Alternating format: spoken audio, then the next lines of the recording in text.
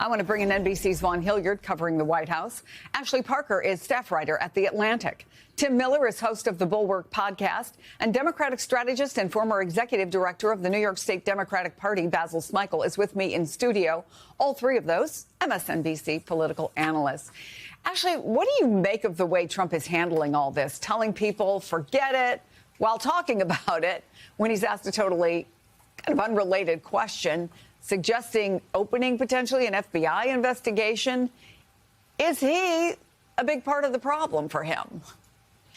Well, in talking to people in the White House and around the president, there's two things you have to understand. The first is, and this comes through, frankly, in his public statement and certainly his Truth Social posts, it's that he feels incredibly frustrated and betrayed by his supporters who won't let this issue drop, despite him telling them quite clearly, it's time to move on. I want to focus on my various achievements. We don't want to talk about this anymore. And he has this view of, look at everything I went through for you.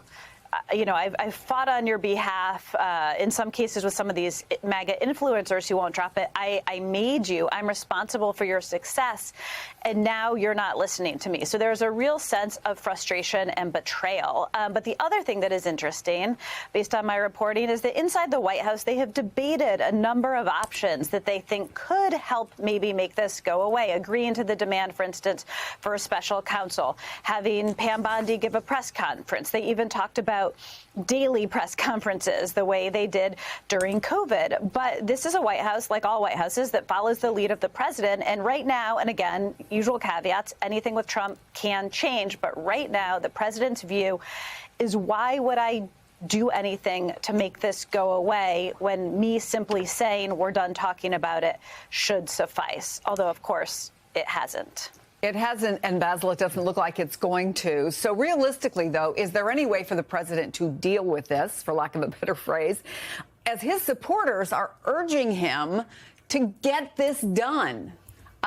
If he, frankly, deals with it, does he just give it more oxygen? Well, he does give it more oxygen, and he will find a way to deal with it in the sense that, based on earlier reporting, he'll find a way to change the conversation.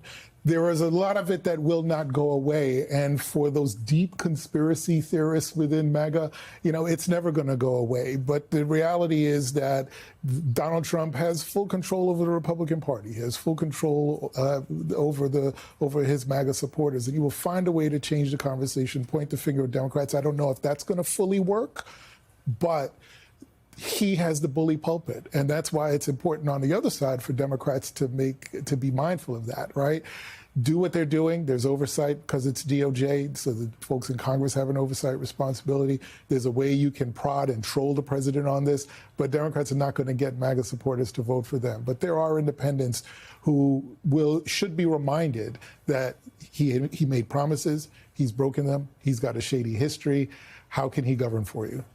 So, Tim, we keep hearing from conservative commentators who have been trying to get through to the president, trying to school him, in a sense, on MAGA world.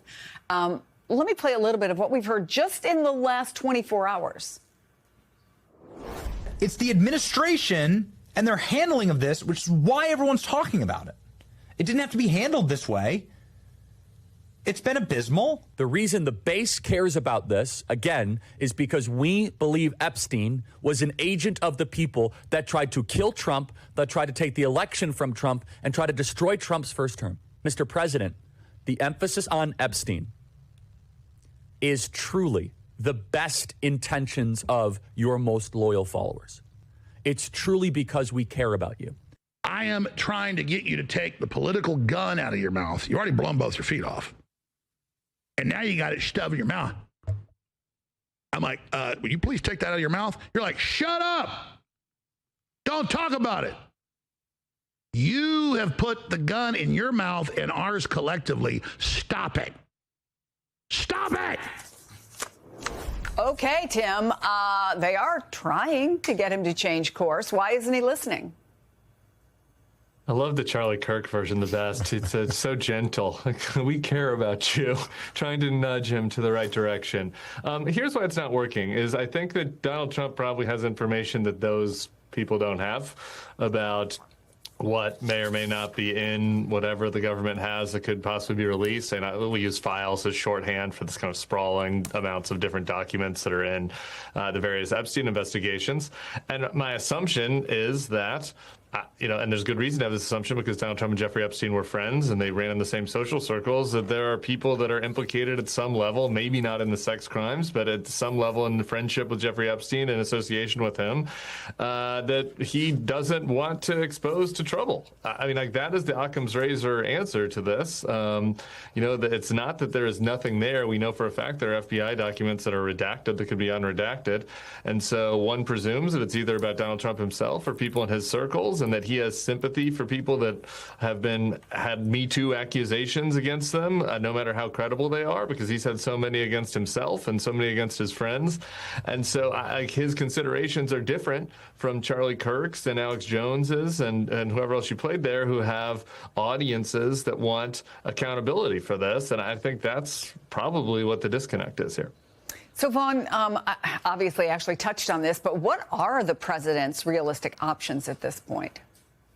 I think it's a good question. Either you have an attorney general that continues to push this aside, and you have Dan Bongino and Kash Patel go quiet and stop fighting internally, or you can turn to potentially a special counsel to investigate. I think it's worth just listening to the president directly, though, when he was asked very specifically about that. Take a listen. Your Attorney General wasn't here, your FBI leadership. Do you still have confidence in that team, sir? Total. Sir, will you get appointing a special counsel to investigate the Jeffrey Epstein investigation? I have nothing to do with it. I think two parts to this here, Chris. Number one is that if he were to turn to a special counsel, the president has a history of this. He tried to do that during his first term when he tapped through his Attorney General, John Durham, to put forward a 3.5-year investigation to look into the supposed deep state between the FBI and U.S. intelligence communities that started the Russia probe that led to the Mueller investigation.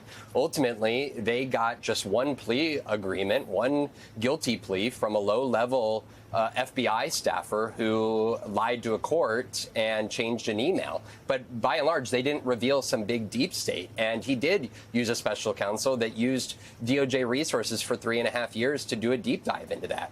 And the second part of this is that, look, the president largely is back here at the White House because of the, figuratively speaking, he went to gas stations around the country refueling his campaign on the fervor that was the Epstein files, that was on the idea of a deep state and the ability of a would-be second-term Trump White House to take down the cabal that effectively was hiding celebrities and U.S. politicians who had overseen this supposed pedophilia ring and other corruption efforts. And this, for Donald Trump, is part of his own bidding. He went around the country at campaign rallies playing the QAnon theme song at the end of his rallies as folks stuck their fingers up in the air. So folks truly believed in his base that he was going to come back into power and go and root out all of these wild claims. And now he's back in power and he's facing the reality that led him back here to the White House.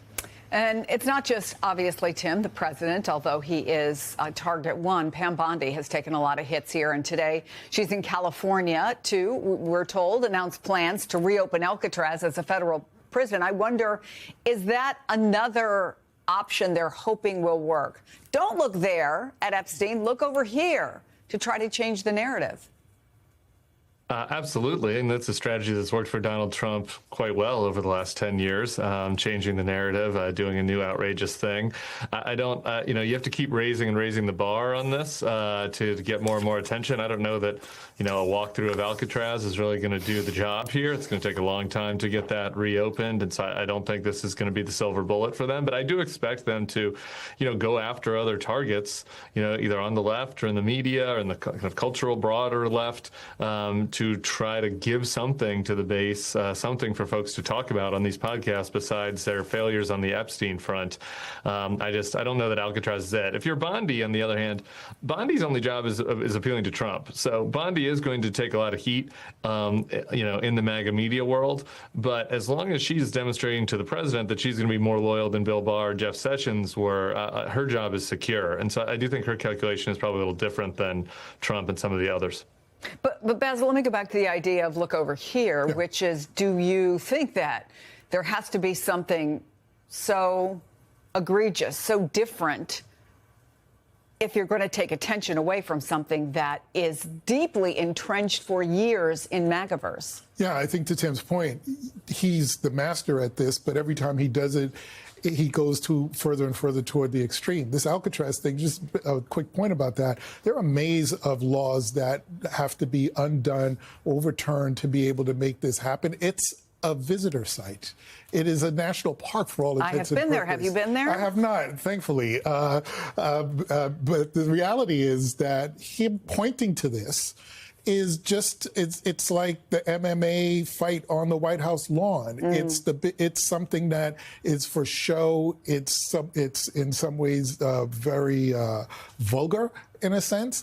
And let's not forget that there's a prison industrial complex that somehow, some way will find a way to make money off of this, off of people's misfortune, right? And so that, I think, is something that if you're a Democrat, you got to keep in mind and keep pushing forward.